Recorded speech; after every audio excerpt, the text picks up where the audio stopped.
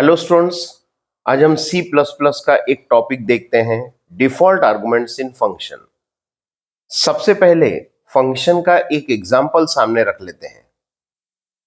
इस एग्जाम्पल में डिस्प्ले नाम का एक फंक्शन है जो 3 आर्गुमेंट एक्सपेक्ट कर रहा है और यहां से जो हम अलग अलग नंबर ऑफ आर्गुमेंट भेज रहे हैं उसमें से ये वाला सही है, ये गलत है, ये गलत है, ये गलत है।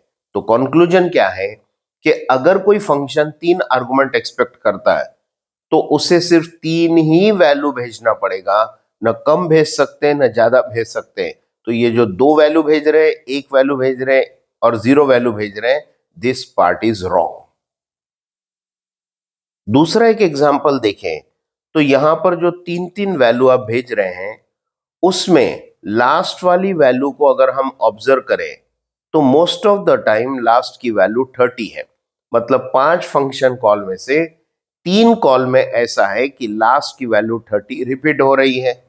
तो ऐसे केस में वो लास्ट की वैल्यू आप नहीं भी प्रोवाइड करेंगे तो चलेगा। उसके लिए आपको क्या करना पड़ेगा, ये लास्ट वाले आर्गुमेंट में इक्वल टू 30 लिखकर आप उसे बता रहे हैं ये डिफॉल्ट आर्गुमेंट है।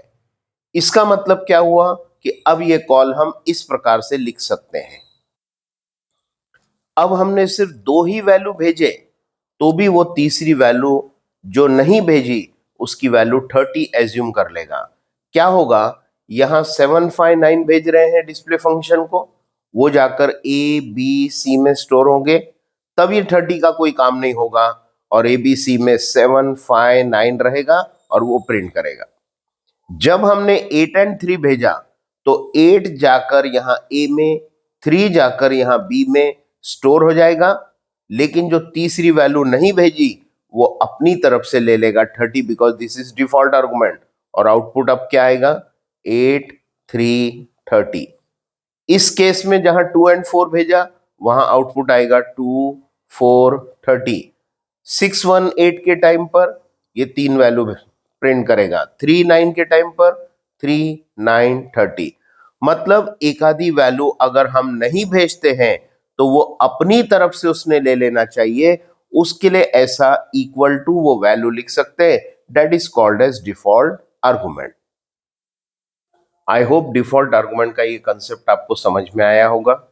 वीडियो अच्छी लगी हो तो लाइक बटन पे क्लिक करना, शेयर करना और अभी तक सब्सक्राइब नहीं किया है तो चैनल को जरूर सब्सक्राइब करना। Thank you very much.